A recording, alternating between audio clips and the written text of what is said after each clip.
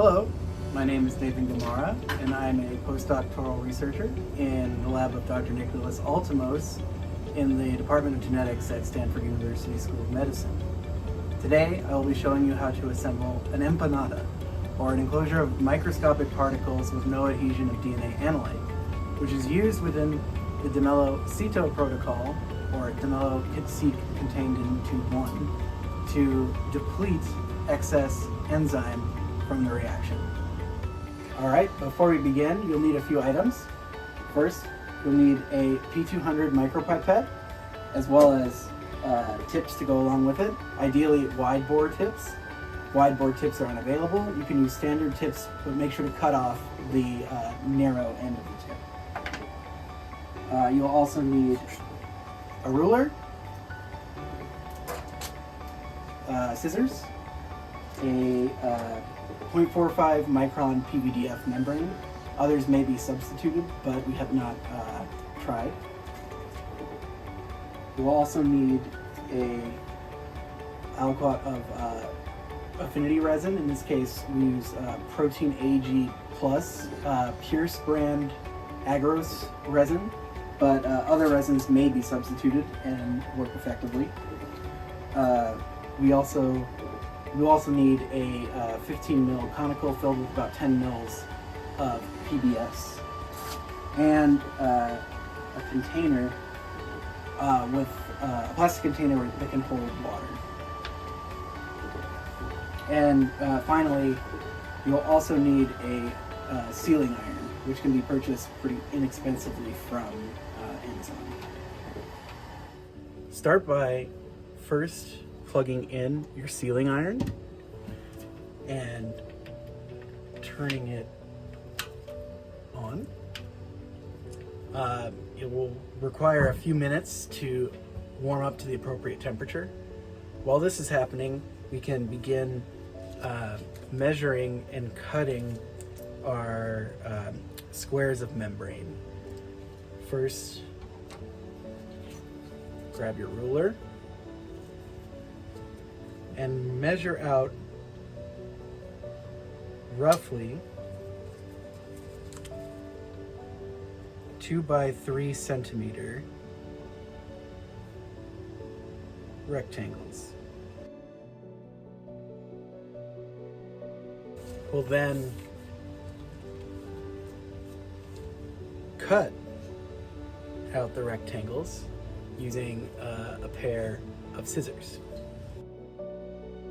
As you can see, this does not have to be very precise, but a rough approximation will do just fine. Okay, now that we have our rectangles, we can begin sealing them using the sealing iron, assuming it has warmed up. A good way to tell is to put a little drop of water, and if you can hear it sizzle, it's warm enough. Okay, so the first step you're going to do is fold the rectangle hamburger style, but do not crease the edge. On the side where you have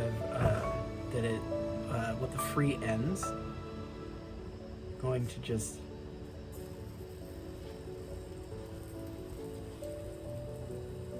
hold down and seal that edge, that long edge. You'll hear a little bit of a sizzle, and that's okay, it's normal, and is a sign that it is in fact heat sealing appropriately. We'll do the same on another end, either end that is open.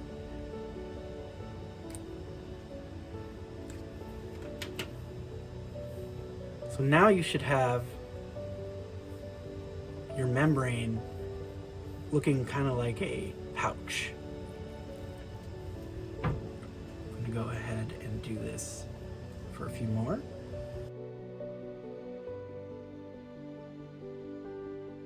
While you're sealing the edges, a good way to check whether a seal has occurred is to push on the edge, and if you can see that it's separating along the seam that you're trying to seal, then that's a bad sign.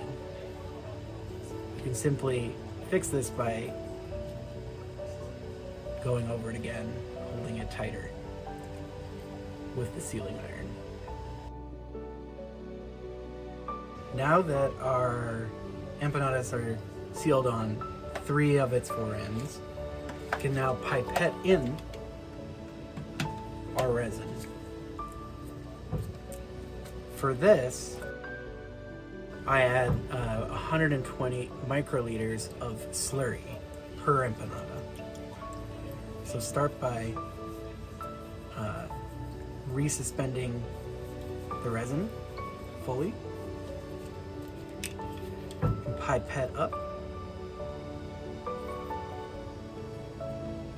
the resuspended resin. Now remove the empanada. You can squeeze out the excess liquid that's still inside. Simply pipette in the beads. Now, holding the pouch upright,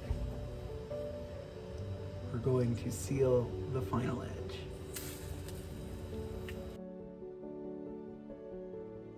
Once it's sealed, it should have some degree of thickness to it.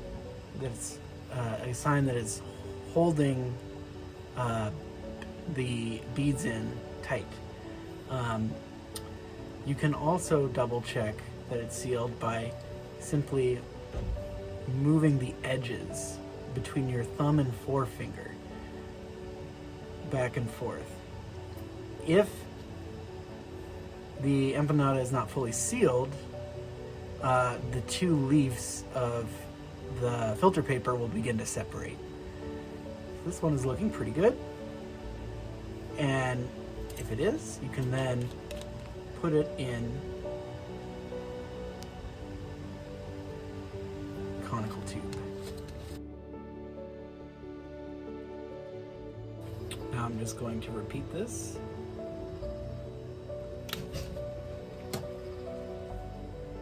For a few more. Another check is if you press lightly on the sides of the pouch, you should feel some resistance and no obvious leaks.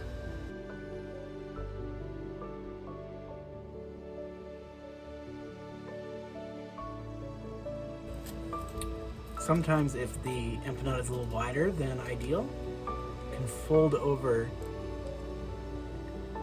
the little extra tag to allow it to easily slide in.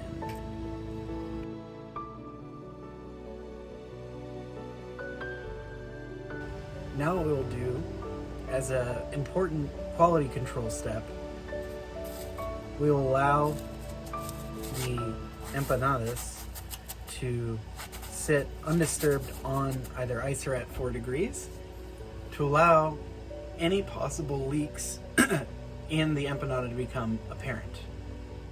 After your 30-minute incubation is complete, it's important to check whether the empanadas are not leaking.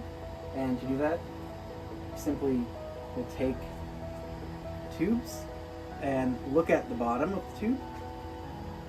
If it is leaking, there will be a substantial amount of resin at the bottom. Whereas if it is not, it should be more or less clear. After you have quality controlled your empanadas, we're now ready to add them to our DiMeLo-cito reaction. To do that, you'll use a pair of forceps. Simply go in and gently pull out our empanada.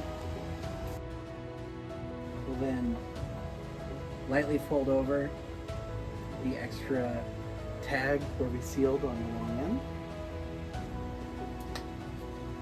simply slide in gently.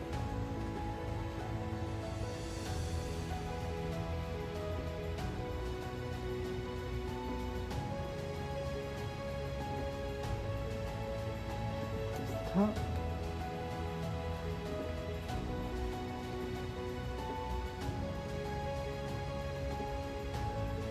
And then we incubate with the tube on its side, rotating at roughly 30 RPM at room temperature. After your 2-hour incubation with the empanada is complete, you can stop rotation and simply use forceps to again gently remove the empanada. You can then store the empanada again at PBS, and the beads can be recovered and regenerated for reuse.